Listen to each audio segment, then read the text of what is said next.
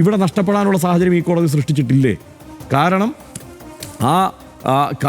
ഇതിൻ്റെ ഡേറ്റ കാർഡിൻ്റെ മെമ്മറി കാർഡിൻ്റെ വിഷയവുമായി ബന്ധപ്പെട്ട് അതിൽ ഹാഷ് വാല്യൂവുമായി ബന്ധപ്പെട്ട് അതായത് മെമ്മറി കാർഡ് പരിശോധിക്കണമെന്ന് അന്വേഷണ ഉദ്യോഗസ്ഥൻ പറയുന്നു, കോടതി അംഗീകരിക്കുന്നില്ല.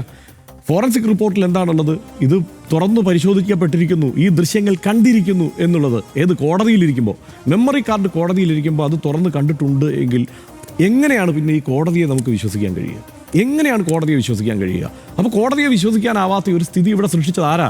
നമ്മളാരുമല്ല, സർക്കാരല്ല, ഇവിടുത്തെ പോലീസല്ല, ആരുമല്ല, അത് കോടതി തന്നെയാണ്. അപ്പോൾ അങ്ങനെ ഒരു വിവരം ലഭിച്ചതിന് ശേഷം കോടതി എന്താ ചെയ്തത്? 2 വർഷം അതേക്കുറിച്ച് കമാന്ന് മിണ്ടിയിട്ടില്ല. ഇതുമായി ബന്ധപ്പെട്ട് ഇത് പരിശോധിക്കണം, ഇങ്ങനെ ഒരു സാഹചര്യം ഉണ്ടായിട്ടുണ്ടോ എന്ന് സംശയമുണ്ട്, അത് പരിശോധിക്കണമെന്ന് പറയുമ്പോൾ അത് പരിശോധിക്കാനുള്ള അവസരം നൽകുന്നില്ല കോടതി എന്നുള്ളതാണ് എനിക്ക് ഏറ്റവും വേദനാജനകമായി തോന്നുന്ന കാര്യം.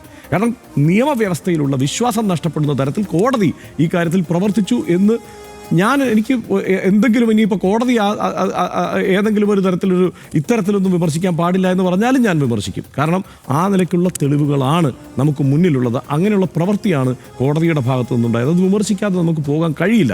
അപ്പോൾ ആ ഹാഷ് വാല്യൂ മാറിയിട്ടുണ്ട് എന്നുള്ളത് നമുക്ക് എന്താ മനസ്സിലാക്കേണ്ടത് തനിഷേ? നമ്മളെന്താ മനസ്സിലാക്കേണ്ടത്? ആ ദൃശ്യങ്ങൾ കണ്ടിരിക്കുന്നു, അതൊരു പക്ഷേ കോടതിയിൽ നിന്ന് പുറത്തു പോയില്ല എന്ന് എങ്ങനെയാണ് പറയാൻ കഴിയുക?